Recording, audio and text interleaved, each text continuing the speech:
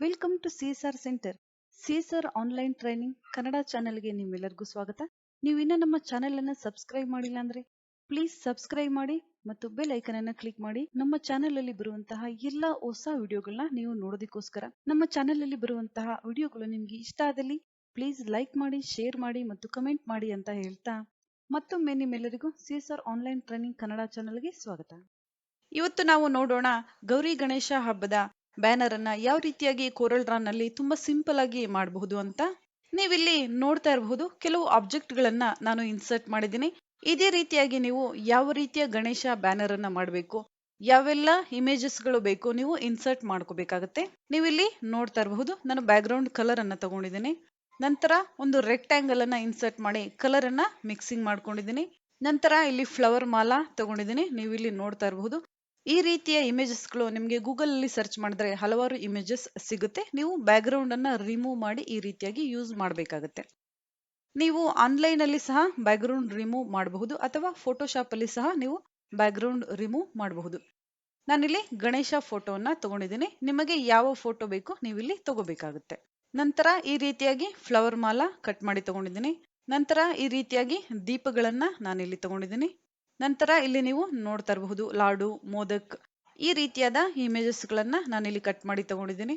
ನಂತರ ಬಾಳೆ ಎಲೆ ಇರಬಹುದು ಅಥವಾ ಕಮಲದ ಹೂ, ಬಾಳೆ ಗಿಡ ನೀವಿಲ್ಲಿ ನೋಡ್ತಾ ಇರಬಹುದು. ಈ ರೀತಿಯಾಗಿ ನಾನು ಕೆಲವು ಆಬ್ಜೆಕ್ಟ್ ಗಳನ್ನ ಕೋರಲ್ ಡ್ರಾಗೆ ಇಂಪೋರ್ಟ್ ಮಾಡ್ಕೊಂಡಿದ್ದೀನಿ. ನೀವು ಇದೇ ರೀತಿಯಾಗಿ ನಿಮಗೆ ಯಾವ ಇಮೇಜಸ್ ಗಳು ಬೇಕು ಒಂದು ಬ್ಯಾನರ್ ಅನ್ನ ಮಾಡೋದಕ್ಕೆ ಆ ಇಮೇಜಸ್ ಗಳನ್ನ ಮೊದಲು ನೀವು ರೆಡಿ ಮಾಡ್ಕೋಬೇಕಾಗುತ್ತೆ. ನಂತರ ನಾವು ತುಂಬಾ ಸುಲಭವಾಗಿ ಬ್ಯಾನರ್ ಅನ್ನ ಮಾಡಬಹುದು. ನಾನು ಮಾಡ್ತಿರುವಂತಹ ಬ್ಯಾನರ್ ಸೈಜ್ 4x2. ಮೊದಲು ನೀವು ಇಲ್ಲಿ ಫೀಟ್ ಅಲ್ಲಿ ಮಾಡ್ತಾ ಇದ್ರೆ ಫೀಟ್ ಅಥವಾ ಇಂಚಸ್ ನೀವು ಇಲ್ಲಿ ಸೆಲೆಕ್ಟ್ ಮಾಡ್ಕೋಬೇಕಾಗುತ್ತೆ. ನಂತರ ಯಾವ ಸೈಜ್ಗೆ ನೀವು ಇಲ್ಲಿ ಬ್ಯಾನರ್ ಅನ್ನ ಮಾಡ್ತಾ ಇದ್ದೀರಾ ಆ ಸೈಜ್ ಅನ್ನ ನಾವಿಲ್ಲಿ ಕೊಡಬೇಕು. ನಂತರ ರೆಕ್ಟ್ಯಾಂಗಲ್ ಬಾಕ್ಸ್ ಅನ್ನ ನಾನಿಲ್ಲಿ ಇನ್ಸರ್ಟ್ ಮಾಡ್ತಾ ಇದ್ದೀನಿ. ಈ ರೀತಿಯಾಗಿ 4x2 ನಂತರ ಎಂಟರ್ ಈ ರೀತಿಯಾಗಿ. ನಂತರ ಪಿಕ್ ಟೂಲ್ ಕಲರ್ ಅನ್ನ ಫಿಲ್ ಮಾಡಬೇಕು. ಮೊದಲು ಇಲ್ಲಿ ನಾವು ಬ್ಯಾಕ್ ಗ್ರೌಂಡ್ ಕಲರ್ ಅನ್ನ ಫಿಲ್ ಮಾಡಬೇಕಾಗುತ್ತೆ. ಬ್ಯಾನರ್ ಅನ್ನ ಯಾರು ಮಾಡಿಸ್ತಾ ಇರ್ತಾರೆ ಅವರಿಗೆ ಯಾವ ಡಿಸೈನ್ ಬೇಕು ನಾವಿಲ್ಲಿ ಮಾಡಬೇಕಾಗುತ್ತೆ.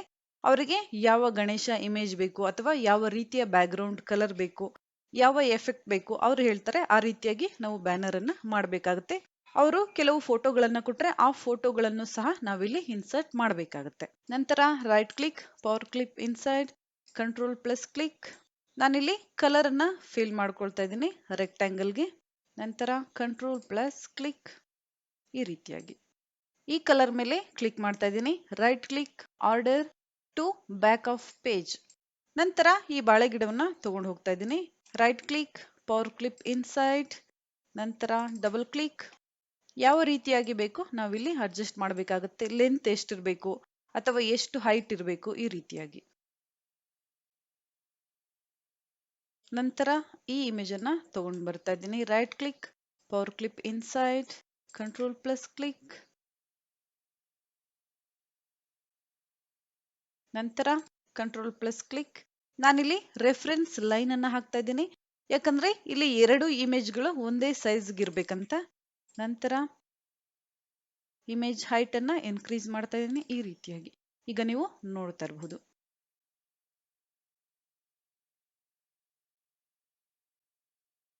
ಈ ರೀತಿಯಾಗಿ ನಾನು ಬಾಳೆ ಎಲೆಯ ಮೇಲೆ ಸ್ವೀಟ್ ಗಳನ್ನ ಇಟ್ಟಿದ್ದೀನಿ. ನಂತರ ಸೆಲೆಕ್ಟ್ ಗ್ರೂಪ್ ಅನ್ನ ಮಾಡ್ತಾ ಇದ್ದೀನಿ. ನಂತರ ಝೂಮ್ ಔಟ್.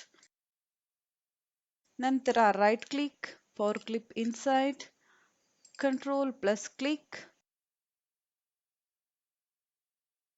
ಫ್ಲವರ್ ಸೈಜ್ ಅನ್ನ ಇನ್ಕ್ರೀಸ್ ಮಾಡ್ತಾ ಇದ್ದೀನಿ ಈ ರೀತಿಯಾಗಿ. ನಂತರ right click, power clip inside, control plus click ಈ ರೀತಿಯಾಗಿ. ನಂತರ ನಾವಿಲ್ಲಿ ಅಡ್ಜಸ್ಟ್ ಮಾಡಬೇಕಾಗುತ್ತೆ ನಮಗೆ ಯಾವ ರೀತಿಯಾಗಿ ಬೇಕು.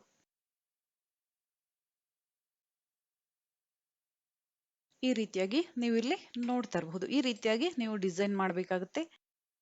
ನಂತರ ಈ ಇಮೇಜ್ ಅನ್ನ ನಾನಿಲ್ಲಿ ಡೂಪ್ಲಿಕೇಟ್ ಇಮೇಜ್ ಮಾಡ್ತಾ ಇದ್ದೀನಿ. ಕಂಟ್ರೋಲ್ ಡಿ, ಎರಡು ಇಮೇಜ್ ಅನ್ನ ನಾನಿಲ್ಲಿ ಮಾಡಿದ್ದೀನಿ. ನಂತರ ಸೆಲೆಕ್ಟ್, ರೈಟ್ ಕ್ಲಿಕ್, ಗ್ರೂಪ್. ನಂತರ ಕಂಟ್ರೋಲ್ ಡಿ, ಡೂಪ್ಲಿಕೇಟ್. ನಂತರ ರೊಟೇಟ್ ಅನ್ನ ಮಾಡ್ತಾ ಇದ್ದೀನಿ. ಫ್ಲವರ್ ಮಾಲ ನೀವಿಲ್ಲಿ ನೋಡ್ತಾ ಇರಬಹುದು ಈ ರೀತಿಯಾಗಿ. ನಂತರ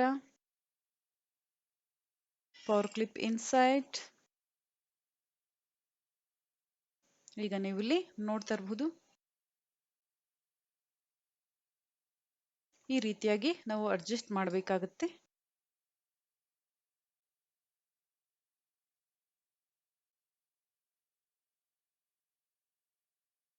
ಈಗ ನೀವು ನೋಡ್ತಾ ಇರಬಹುದು ಈ ರೀತಿಯಾಗಿ. ನಂತರ power clip inside, control plus click, ನಂತರ ಕಂಟ್ರೋಲ್ ಪ್ಲಸ್ ಕ್ಲಿಕ್ ಈ ರೀತಿಯಾಗಿ. ಈ ರೀತಿ ನಾವು ರೆಫರೆನ್ಸ್ ಲೈನ್ ಗಳನ್ನ ಯೂಸ್ ಮಾಡಬೇಕಾಗುತ್ತೆ ಕೋರಲ್ ಡ್ರಾ ನಲ್ಲಿ. ನಂತರ right click, power clip inside, zoom ಮಾಡ್ತಾ ಇದ್ದೀನಿ. ನಂತರ ಕಂಟ್ರೋಲ್ ಪ್ಲಸ್ ಕ್ಲಿಕ್, ಈ ರೀತಿ ನಾವು ಝೂಮ್ ಮಾಡಿಕೊಂಡು ಮಾಡಬೇಕಾಗುತ್ತೆ ಯಾವಾಗಲೂ ಈ ರೀತಿಯಾಗಿ. ನಂತರ ನಮಗೆ ಎಷ್ಟು ಲೆಂತ್ ಬೇಕು ನಾವಿಲ್ಲಿ ಡಿಸೈನ್ ಮಾಡ್ಕೋಬೇಕಾಗುತ್ತೆ. ನಂತರ ಈ ಫ್ಲವರ್ ಮಾಲ ನಾನಿಲ್ಲಿ ಸೆಲೆಕ್ಟ್ ಮಾಡ್ತಾ ಇದ್ದೀನಿ. ನಂತರ ಝೂಮ್, ನಂತರ ರೈಟ್ ಕ್ಲಿಕ್ ಮಾಡ್ತಾ ಇದ್ದೀನಿ, order to front of layer ಈ ರೀತಿಯಾಗಿ. ಈಗ ನೀವು ನೋಡ್ತಾ ಇರಬಹುದು ಈ ರೀತಿಯಾಗಿ ನೀವು ಇಮೇಜ್ಗಳನ್ನ ಬ್ಯಾಕ್ ಮತ್ತು ಫ್ರಂಟ್ ಚೇಂಜ್ ಮಾಡಬೇಕಾಗುತ್ತೆ ನಮಗೆ ಯಾವ ರೀತಿಯಾಗಿ ಬ್ಯಾನರ್ ಬೇಕು. ನಂತರ ಕಂಟ್ರೋಲ್ ಪ್ಲಸ್ ಕ್ಲಿಕ್, ಈಗ ನೀವು ನೋಡ್ತಾ ಇರಬಹುದು power clip inside, zoom, control plus click. ಇದೇ ರೀತಿಯಾಗಿ ನಾವು ಈ ದೀಪವನ್ನು ಸಹ ಅಡ್ಜಸ್ಟ್ ಮಾಡಬೇಕಾಗುತ್ತೆ. ನಾವು ಈ ರೆಫರೆನ್ಸ್ ಲೈನ್ ಇಂದ ಇಲ್ಲಿ ಲೆಂತ್ ಅನ್ನ ಚೆಕ್ ಮಾಡಬೇಕಾಗುತ್ತೆ ಈ ರೀತಿಯಾಗಿ. ನಂತರ ನಾನಿಲ್ಲಿ ಸೆಲೆಕ್ಟ್ ಮಾಡ್ತಾ ಇದ್ದೀನಿ. ನಂತರ right click, order to front of layer ಈ ರೀತಿಯಾಗಿ. ಈಗ ನೀವು ನೋಡ್ತಾ ಇರಬಹುದು. ನಂತರ ಕಂಟ್ರೋಲ್ ಪ್ಲಸ್ ಕ್ಲಿಕ್, ಈಗ ನೀವು ನೋಡ್ತಾ ಇರಬಹುದು ಈ ರೀತಿಯಾಗಿ ನಾವಿಲ್ಲಿ ಚೇಂಜ್ ಮಾಡಬೇಕಾಗುತ್ತೆ. ನಂತರ ಈಗ ಗಣೇಶ ಫೋಟೋ ತಗೊಂಡು ಬರ್ತಾ ಇದ್ದೀನಿ. ನಂತರ ಈ ಫೋಟೋನ ನಾನಿಲ್ಲಿ ತಗೊಂಡು ಬರ್ತಾ ಇದ್ದೀನಿ ಈ ರೀತಿಯಾಗಿ. ನಿಮಗೆ ಫೋಟೋ ಹೈಟ್ ಎಷ್ಟಿರಬೇಕು, ವಿಡ್ತ್ ಎಷ್ಟಿರಬೇಕು ನೀವು ಇಲ್ಲಿ ಚೇಂಜ್ ಮಾಡ್ಕೋಬೇಕಾಗುತ್ತೆ ಈ ರೀತಿಯಾಗಿ. ನಂತರ ಕಂಟ್ರೋಲ್ ಪ್ಲಸ್ ಕ್ಲಿಕ್, ಈ ರೀತಿಯಾಗಿ ನೀವು ಇಲ್ಲಿ ನೋಡ್ತಾ ಇರಬಹುದು ಈ ರೀತಿಯಾಗಿ. ನಂತರ ಈ ಫ್ಲವರ್ಸ್ ನಾನು ತಗೊಂಡು ಬರ್ತಾ ಇದ್ದೀನಿ ಇಲ್ಲಿ. ನಂತರ ಝೂಮ್ ಈ ರೀತಿಯಾಗಿ. ನಂತರ ಇಲ್ಲಿ ತಗೊಂಡು ಬರ್ತಾ ಇದ್ದೀನಿ. ನವಿಲಿನ ಚಿತ್ರಗಳನ್ನು ಸಹ ನೀವು ಬ್ಯಾನರ್ ಅಲ್ಲಿ ಹಾಕಬಹುದು, ಅಥವಾ ಶಿವಲಿಂಗ, ಈಶ್ವರ, ಪಾರ್ವತಿ ಫೋಟೋಗಳನ್ನು ಸಹ ನೀವಿಲ್ಲಿ ಹಾಕಬಹುದು. ಇದೇ ರೀತಿಯಾಗಿ ನಿಮಗೆ ಯಾವ ರೀತಿಯ ಇಮೇಜಸ್ ಬೇಕೋ ಆ ರೀತಿಯ ಇಮೇಜಸ್ ಅನ್ನ ಹಾಕಬಹುದು. ನಂತರ ನೇಮ್ ಅನ್ನ ಟೈಪ್ ಮಾಡಬೇಕು. ನಾನು ಈ ಬಾಕ್ಸ್ ಅನ್ನ ಇಲ್ಲಿ ತಗೊಂಡು ಬರ್ತಾ ಇದ್ದೀನಿ. ಈ ರೆಫರೆನ್ಸ್ ಲೈನ್ ಅನ್ನ ಡಿಲೀಟ್ ಮಾಡೋಣ.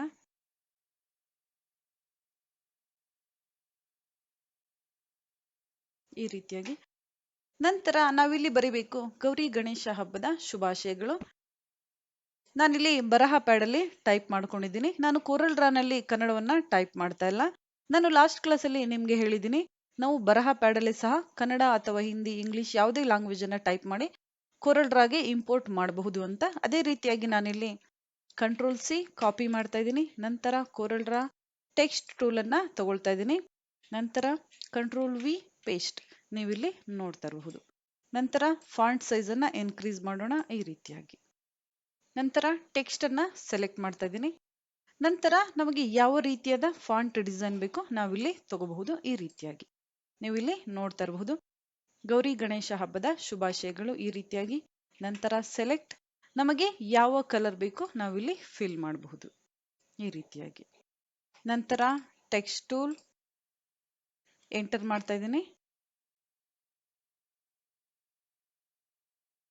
ನಂತರ ಫಾಂಟ್ ಕಲರ್ ಅನ್ನ ನಾನಿಲ್ಲಿ ಚೇಂಜ್ ಮಾಡ್ತಾ ಇದ್ದೀನಿ. ನಂತರ ಈ ಸೈಜ್ ಅನ್ನ ನಾವಿಲ್ಲಿ ಕಡಿಮೆ ಮಾಡೋಣ ಈ ರೀತಿಯಾಗಿ. ನಂತರ control A for select, control E for centre align. ನಾವು ಯಾವ ರೀತಿಯಾಗಿ MS ವರ್ಡ್ ಅಲ್ಲಿ ಲೆಫ್ಟ್ ಅಲೈನ್, ಸೆಂಟರ್ ಅಲೈನ್ ಮತ್ತು ರೈಟ್ ಅಲೈನ್ ಶಾರ್ಟ್ ಕಟ್ ಕೀಗಳನ್ನ ಯೂಸ್ ಮಾಡ್ತೀವಿ, ಕೋರಲ್ ಡ್ರಾ ನಲ್ಲೂ ಸಹ ನಾವು ಅದೇ ರೀತಿಯಾಗಿ ಶಾರ್ಟ್ ಕಟ್ ಕೀಗಳನ್ನ ಯೂಸ್ ಮಾಡಬಹುದು. ಸೆಂಟರ್ ಅಲೈನ್ ನೀವು ಇಲ್ಲಿ ನೋಡ್ತಾ ಇರಬಹುದು. ನಂತರ ಫಾಂಟ್ ಸೈಜ್ ಅನ್ನ ಇನ್ಕ್ರೀಸ್ ಮಾಡ್ತಾ ಇದ್ದೀನಿ ಈ ರೀತಿಯಾಗಿ. ನಂತರ F4 ಫಾರ್ ಫುಲ್ ಸ್ಕ್ರೀನ್. ಈ ರೀತಿಯಾಗಿ ನೀವು ಕೋರಲ್ ಡ್ರಾ ನಲ್ಲಿ ತುಂಬಾ ಸುಲಭವಾಗಿ ಗಣೇಶ ಹಬ್ಬದ ಬ್ಯಾನರ್ ಅನ್ನ ಮಾಡಬಹುದು. ಯಾರು ಬ್ಯಾನರ್ ಅನ್ನ ಮಾಡಿಸೋದಕ್ಕೆ ಬಂದಿರ್ತಾರೆ ಅವರು ಕೊಡುವಂತಹ ಫೋಟೋಗಳನ್ನ ನಾವಿಲ್ಲಿ ಇನ್ಸರ್ಟ್ ಮಾಡಬೇಕಾಗುತ್ತೆ, ಅಥವಾ ಡೇಟ್ ಅನ್ನ ನಾವಿಲ್ಲಿ ಬರೀಬೇಕಾಗುತ್ತೆ, ಯಾವ ವಾರ, ಈ ರೀತಿಯಾಗಿ ಇನ್ಫಾರ್ಮೇಶನ್ ಅನ್ನ ನಾವು ಇಲ್ಲಿ ಬರೀಬೇಕಾಗುತ್ತೆ. ಅಥವಾ ಇಲ್ಲಿ ನೀವು ಯಾವುದೇ ಇಮೇಜಸ್ ಗಳನ್ನ ಹಾಕಬಹುದು. ಈ ರೀತಿಯಾಗಿ ನಾವು ಕೋರಲ್ ಡ್ರಾ ನಲ್ಲಿ ತುಂಬಾ ಸುಲಭವಾಗಿ ಗಣೇಶ ಹಬ್ಬದ ಬ್ಯಾನರ್ ಅನ್ನ ಮಾಡಬಹುದು.